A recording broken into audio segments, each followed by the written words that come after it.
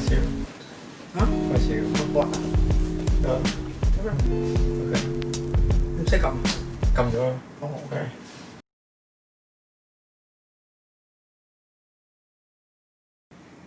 Hi everyone, my name is Marcus and I'm the host of Pillowtalk. And today we have a very special guest, who's my mom. Hi. This is the first episode and basically just trying to sort of talk about different life stories and also basically important things that happened in life, I guess, and understand more about people's life paths and just getting in touch again. So with that said, why don't you introduce yourself a bit? Well, actually, Marcus already introduced me. I'm Edna, Marcus' mom. And what you can talk more about maybe your hobbies, or I mean you're besides being just my mom, you know, what are you interested in, and what do you like doing, what are you working on now? Well, there's lots of things to talk about. Yeah. You know, before I become became like a full-time mom, I was a working woman, and full-time working woman, and I work for a computer company as a training and customer service manager, and I really enjoyed my job at that time. But after I decided to have my own children, then I quit my job, and then I became like a full-time mom until now. And what actually are my hobbies? And I was pretty well known as a guinea pig. I really like to learn anything related to my daily life. I'm always passionate and have a great curiosity on everything that happens around me. So no matter which related to my daily life or whatever, just like recently I fall in love with the whiskey. So then because actually the reason why I love whiskey, because I love jazz music so much, and so that's why I decided to take a whiskey ambassador class, and which widened my knowledge, especially on this special particular drinks. And to me, which is it has a lot of mystery, like behind this kind of liquor. But after I knowing better, and I have it, just so that I show more respect to all the brewery, the procedures of doing that. So I learned to appreciate things more, and because I think the best way for us to really taste something is that if you know something in depth, then you will know how to appreciate everything better. I think that definitely carries out in a lot of things that you do, and I just want to know, just to rewind a bit, like as a child, did you have a sort of dream or ambition to be something, or did you have a dream job or something that you felt like you really want to achieve when you were a child? Well, I think when I was a child, I didn't have any dream at all. But I enjoy my life every day, the best I can, and no matter, I'm just like everything that and because I was born in Taiwan, and my grandparents live in the village, so whenever we have holidays, we always went back to the village and enjoy the kind of different life as city life. And at that time, I think that's the one of the best part of my life is I remember during my childhood, and I can running just like round the fields and climb up the trees and enjoy the freshest food ever. And actually I don't at that time, maybe I'm the kind of person, I never have something um, like something like dream, because I think dream can be to me it's like it's not only one. You actually can have dream every day. Just stay positive and enjoy, um, and just enjoy and explore all potentials around yourself. And just like I explore everything about myself, because just like for example whiskey, as I mentioned, then I just go for I just go for it. And then so this is how this is kind of my life attitude. I really curious and enjoy everything around me the best I can. Yeah, I think it's the spirit of being always curious about what's happening around us and um, what more basically we can learn and to improve ourselves. If there's one thing that you could tell yourself in your teenage years now, what do you think it would be and why? What do you mean? Like if there was one word of advice or something that you would tell yourself when you were maybe 15, 16, what would that be? Confident and courage. And I think the most important is that you have the confidence, and then once you have the confidence, you have the courage to do something that you like and that you believe and you enjoy the most. Yeah, I think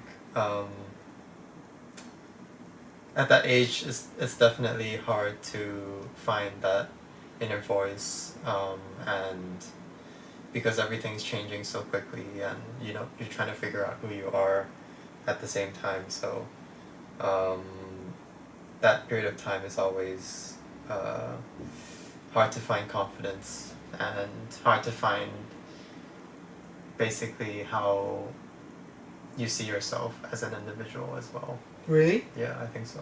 Okay. Yeah. So from those teenage years, you came to Hong Kong, and then you and Dad met when you were quite young. We're talking about romance. Yeah, like what was it that made you attracted to him in the first place? You mean attracted to him in the first place? Yeah. Because he's a good listener. That's I don't want to say because he's handsome. Yeah, because Well. yeah. Well, I think the main reasons is that I think that he's a good listener, and also he support my and he support and really appreciate and allow me to be who I am. I think that's the most important thing. Is because I think we are very different kind of people.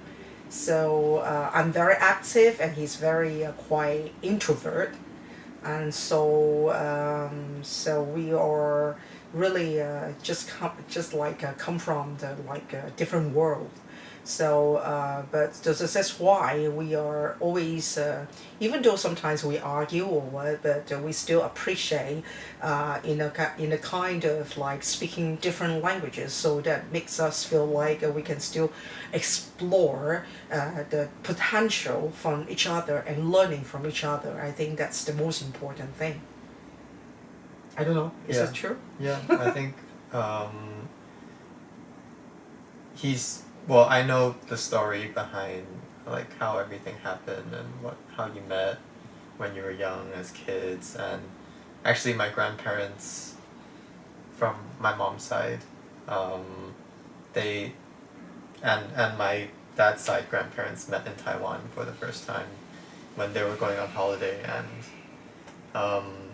it's like these small things that actually made these two families come together in the first place. So definitely quite an interesting start to basically the reason I'm here today.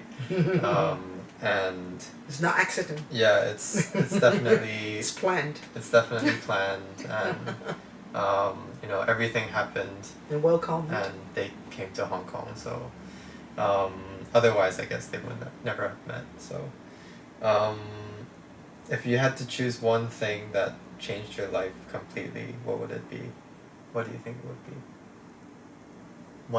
One event or something that made you reflect on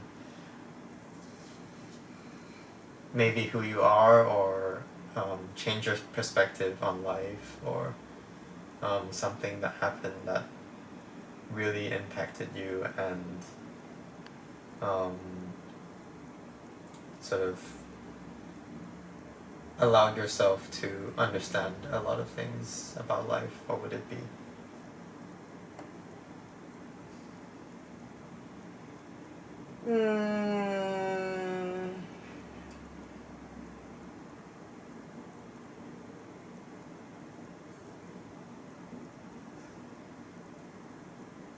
I think because I'm not young anymore, and then actually I think my life right now is unfolding.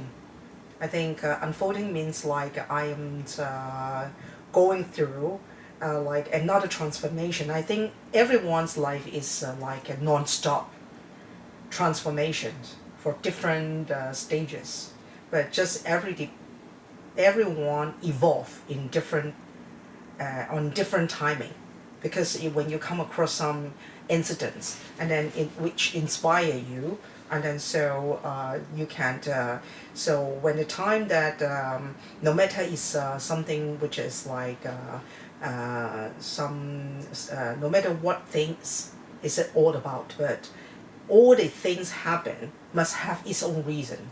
So I couldn't really pick which is the incidents, which is the main task for like give me which make me like changes. Yeah, I think that I'm changing every day, and so just depends on the speed, and that means like the pace, and then what are the subjects. And then for me, I felt like I'm really happy that I am just like evolving, like that means in good progress.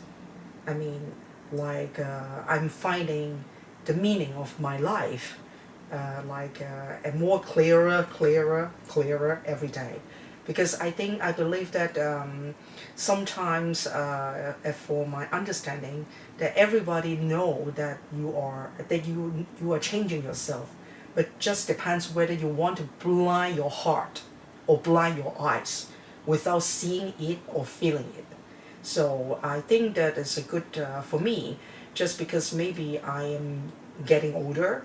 So I know that I cherish the time my much better than before. Of course, better than when I was young. So now I really try to grab all the chances, opportunities which I see. As I mentioned, I'm a really very quite curious person. That means I'm very sensitive to everything around me. So because of this sensitivity, which is like it's made me feel like I have the mm, just like to which really drive me to grab all the chances for helping me to in my transformation much more than before. Yeah. Yeah, I think in this whole COVID situation, it really gives us the chance to um, understand what's going on around us more, and basically cherish um, all the things that we thought were normal um, in the past, because I mean it's like constantly never ending, and the social life that we once had is sort of forcefully taken away from us. So this is a very good time for us to actually um, look inside of ourselves, understand um, what's most important for ourselves, and also to um, despite the fact that we can't carry out normal lives, um, just be more grateful of what's around us as well. Um, Yeah. so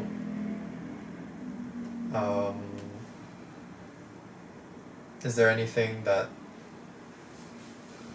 you think or you want to give advice to other people in this hard time, or what do you think? What do you suggest people can do um, during this time when maybe um, they're going through some hard times, or uh, how do we actually deal with our emotions during this time when maybe we're separated from our loved ones, or um, our emotions get the better of us, and um, do you have any sort of suggestions or things that you think helped? That is a really good question, and then I think everyone is facing the problem of like a social distance, which is this social distance, which really just makes people feel like really not only physically separated from the, you know, from the society, or from from publics like that. But for me, I felt like honestly, I've been experienced this kind of like a separation, especially when I was starting, when I dated with your father, Yeah. and when when You want we to are. talk about that? Oh, okay. So actually, when I start dating with his dad, and we both are still studying, and he's studying in Canada, and I was in Hong Kong, and then so we have been separate from each other for nearly 4 years, and then during that time, that we can see each other only like a 2 to maybe I think most of the time is like the summer, maybe 2 to 3 months. For Canada, is it 2 to 3 months? No Skype. No Skype, no phone, and nothing, because at the time we don't You have phone, right? no. Phone. Phone. Yeah. On phone with the, how we can make the phone call is that I had to go to the airport, and then go to some kind of the tally company, and then how much does it cost for like a minute? It's by minute. It's like 12 Hong Kong dollar. It's 30 something years ago, but it's a 30 more than 30 years ago. Yeah, it's $12, and for the student, it's a really huge amount. And at that time, the most we can afford is only 15 minutes per week over the phone without seeing each other. And then so we cherish most of the time, and then we wrote letters for each other, and still we still have a big box of letters. Yeah, I've read some. Just stored up, and then I think that's the best. For now, it's like a best memories we share, and so then that's why we cherish most of the time that we spend together, and also because of the trust. You need a a tons of trust to keep the bonding. And because actually the things that maybe we are more traditional at that time. Once we keep promise, we keep promise. We don't really see have any other like boys. We doesn't have any relationships. Yeah. Just only two of us. So then, well, that is how we got married. Finally. That lasted how long? 4 years, 3 to 4 years. 4 years. Yeah, 3 to 4 years. And then we only see, just like I mentioned, see each other only like the longest is the summer holidays, which is like 2-3 months, and then for the other time like Christmas, maybe only 2 weeks. So you can imagine how we date with each other. Yeah. Right. So I think for this COVID situation, I think most of the people, they just really they felt like have the physical separation, and then they lost the hope and then connections and something like that. But for me, I can share my experience with maybe all of you. Just like when I date with your father, yeah, we have been going through. We have been going through such yeah. I mean we can say the hard time, yeah. But because of this hard time, we cherish most of our relationship, and we build up a lot of trust and stronger love, much more than we can see each other every day. Because sometimes, if you see people in a very close, very close distance, actually you cannot see that people so clearly. Maybe you can try to look at yourself from the mirror. The more closer of your face to the mirror, can you see yourself clearly? No, yeah. Right? So that's why sometimes if you try to look at yourself in a proper distance, so that you can see yourself better. Yeah, so then that's why I believe that if there is a love, a true love, you don't have to worry about the distance. It's always there. It just depends on the time. Of course, it's really a hard time, but I think as long as you have the faith and then the trust and determination, so you can still make it. Yeah, I think nowadays, because of technology and a lot of these things, yeah, somehow it's thinned out the idea of trust, and I think there are not many couples that, like you and Dad, can do that these days, because things happen too quickly and they sort of lose their meaning too quickly. Also because things are too convenient at the same time, so it's easier for us to not take these things seriously sometimes, because for example, if we're just meeting friends physically before, you might see that as normal, but you follow them on Instagram and you feel like you're in touch with them, but at the same time there is this connection. When it comes with technology, you feel like you don't need to catch up with that person because you follow them on Instagram. So I think that's definitely something for us to reflect on, and also understand that even though technology is here and it's convenient, what's really meaningful to us, I think is something that we can sort of think about, and also allow ourselves to be a part of what we think is important at the same time. So I don't know, do you have anything to add? If there's like one last word of advice for the audience, anything you want, what do you want to say? Stay positive, and I think this COVID is... Not positive for COVID, but... No, of course. So for COVID, stay negative, stay away from it.